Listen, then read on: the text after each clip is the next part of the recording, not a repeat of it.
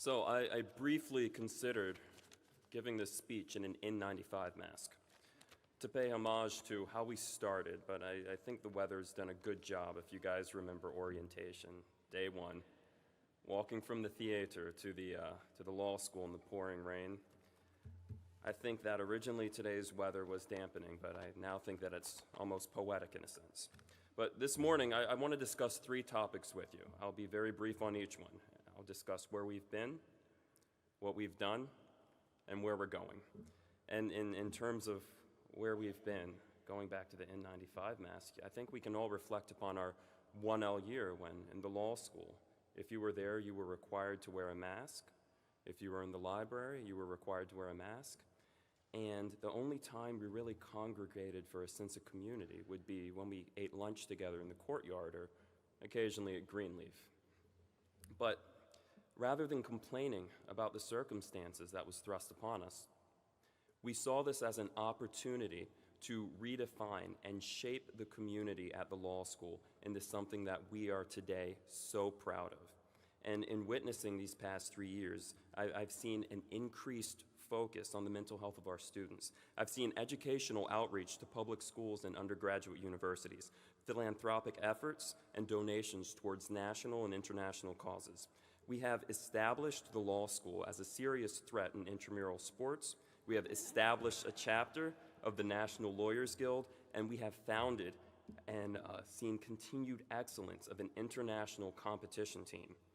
And when I view these accomplishments, this level of competency, I'm convinced that this class before me is capable of accomplishing anything they want to, which begs my next question. What comes next?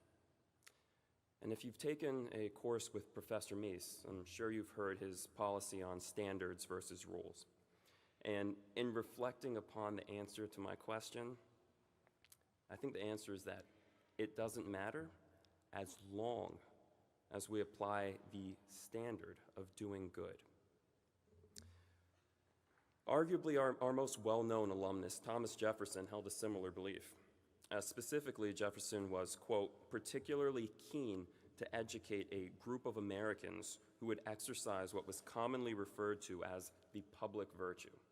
This is the nativity of our citizen lawyer ethos.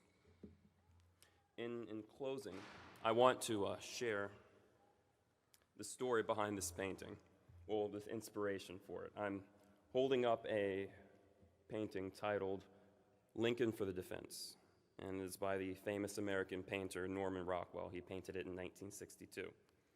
And the story is that in 1857, there's a young man named Duff Armstrong, and he was on murder charges. Now, unfortunately, Mr. Armstrong didn't come from a particularly wealthy family, and his father had recently passed away. So his mother was considering selling the farm to hire an attorney to represent him. And when Lincoln learned of this, he wrote to the mother and said he will come represent the boy free of charge. Now, at this trial, the prosecution had one witness who testified that he had seen Mr. Armstrong strike the killing blow under the light of the full moon. Now, in the 1800s, we didn't have Ring or flock cameras, so eyewitness testimony was particularly weighed heavily in murder trials. And in an alternate telling of this story, I'm sure that Lincoln poured through mountains of evidence, hopped on Westlaw, and did hours of research, filed motion after motion after motion to defend his client. But this is not that story. When it was Lincoln's turn for cross-examination, he walked up to the witness and withdrew the farmer's almanac from his pocket, pointed to the date in question, and asked him to read the moon phase entry for that date. There was no full moon, and no way this witness could have seen the murder take place.